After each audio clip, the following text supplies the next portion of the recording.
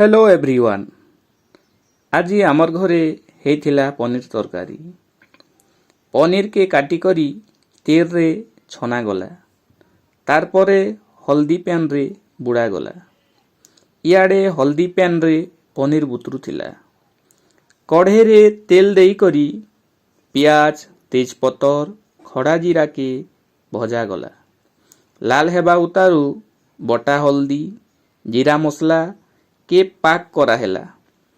पाक हेबा उतारू पातल घटा दुईटा काटी करी लगा हेला। पातल घटा मसमसा हेबा उतारू पनीर के हल्दी पेन रु घिची करी पाक हेइथिबा मसला रे रंधा गला। किछि समय गला परे पनीर तरकारी रेडी हेई गला।